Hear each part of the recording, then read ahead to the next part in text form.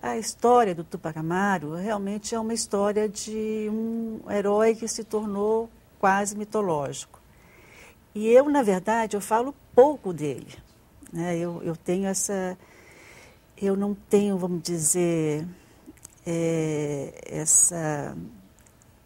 a vontade de tentar entrar na cabeça do Tupac Amaru.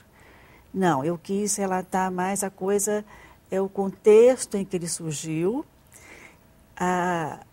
quem estava ali com ele, né? Inclusive,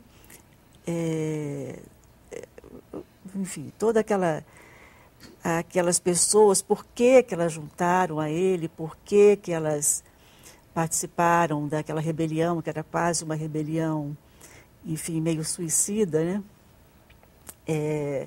Então, realmente, meu interesse não foi desconstruir o mito Tupac Amaru, foi mais mostrar o que estava ao redor dele. Tanto que, na verdade, ele, se você reparar bem, ele aparece pouquíssimas vezes no romance. Ele, né, a figura dele. Quem aparece mais são os filhos, são os... A Micaela, a esposa, a Micaela, né? Que foi realmente uma surpresa enorme, porque eu já sabia, assim, da participação da Micaela, a esposa dele, na rebelião. Isso, qualquer livro de história do Tupac Amaru, ela aparece. Mas as pesquisas atuais, das quais eu me baseei para contar a rebelião, elas têm mostrado assim, uma participação muito maior do que eu esperava. Isso foi uma surpresa para mim quando eu comecei a pesquisar. Como ela participou realmente, ela era, tanto ela se responsabilizava pela parte da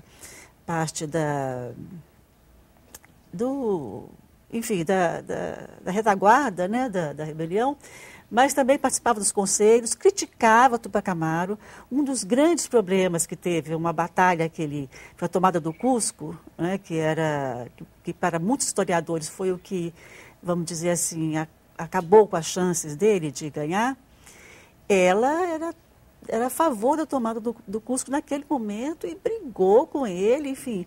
É extraordinário, realmente, a capacidade de uma mulher, naquele momento, de enfrentar o esposo que era o líder da rebelião, né? Então, não só ela, como várias outras mulheres que apareceram, de repente, começaram a aparecer na pesquisa. E aí eu ficava admirada mesmo, como você vê como a história ela é contada, assim, essa coisa de... Parece um clichê quando você diz que a história é contada pelos dominadores e que a mulher quase não aparece nas histórias no geral que são contadas. E esses novos historiadores estão justamente desvelando essa participação das mulheres. E eu, como não sou nem feminista, de repente me deparo com essas mulheres extraordinárias. E aí no romance eu falo mais da Micaela mesmo. A homônima dela, a Micaela, que é a engenheira, brasileira, né, que é sequestrada em determinado momento. Você constrói ela como... É interessante a construção do personagem, né? Você a constrói como um personagem com todos os, digamos assim, com todos os sentimentos da geração ali que do início dos anos 70 e tal, que começa a se formar a partir ali dos anos 70 e tal, que é aquela questão do relacionamento com a vida meio riponga da mãe, no caso dela, né? Com aquela dualidade, né? Da relação dela com o padrinho e o pai, né? É como se ela tivesse dois pais e nenhuma mãe e tal. Que é uma situação típica dessa geração que se forma aí nos anos 70, né? E uma mulher sedutora, né? Uma mulher encantadora, né? Quer dizer, como é que foi a construção desses personagens? Como é que você constrói esses personagens? Olha, isso aí acho que vem muito da observação mesmo, né? Que, enfim, o escritor, acho que, na verdade, ele nunca sabe muito bem de onde é que vem as ideias e os personagens que ele vai compondo, mas são coisas que vêm do imaginário dele como um resultado da vida que ele tem, né? Do que ele observa, do que ele vê. E, no caso, essa é a menina, a Micaela, a engenheira, ela tem uns 30 anos de idade, né? E E eu tenho filhos mais ou menos dessa idade, os amigos dos meus filhos. Quer dizer, esses personagens nascem mesmo do mundo em que você está, das coisas que você vê. Eu acho que é por aí. Né? É difícil falar assim, né? É difícil defender só com palavras a vida, dizia o João Cabral de Melo Neto. Mas um outro aspecto curioso também do livro é a sua ambientação, né? Quer dizer, você é uma escritora, os seus outros romances, quer dizer, tem uma forte presença do território brasileiro, do cenário brasileiro, do espaço brasileiro, e você se reporta ao Peru, né, para contar uma outra história, uma outra situação, né, uma outra panorama até cultural mesmo, né? Quer dizer, como é que foi essa experiência também? A parte do Peru, ela foi até relativamente fácil, porque eu conheço muito bem o Peru, quer dizer, relativamente bem, né?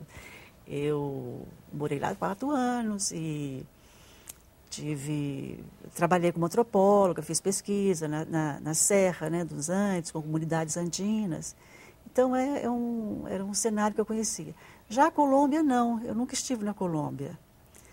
Então, a Colômbia eu tive que realmente foi um exercício maior de você procurar, imaginar as coisas, através de... Eu tenho vários amigos colombianos. Então, foi um exercício mesmo assim, de imaginação, criar aquela situação, a selva, né, a guerrilha, essa parte toda. Então, foram dois momentos bem diferentes.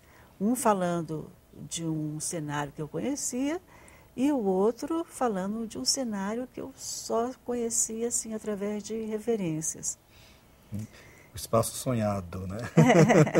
Agora, também há um posicionamento também do livro, que é curioso também. Não há um juízo de valor feito ao movimento, né? A guerrilha, não há um movimento, não há uma... Nem mesmo aquelas figuras, os matadores atuais da Colômbia, né, ligados ao narcotráfico, né?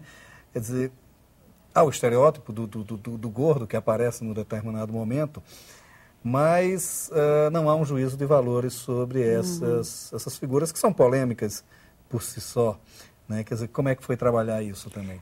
Eu acho que foi um desafio mesmo, porque eu não queria colocar nenhum juízo de valor nessa situação, né? Eu acho que ela é muito complicada, a situação da Colômbia, e ela é muito fácil você dizer, não, o pessoal está totalmente errado, como no fundo é um pouco o que eu acredito, que realmente a guerrilha entrou por um caminho ali que não tem o menor sentido.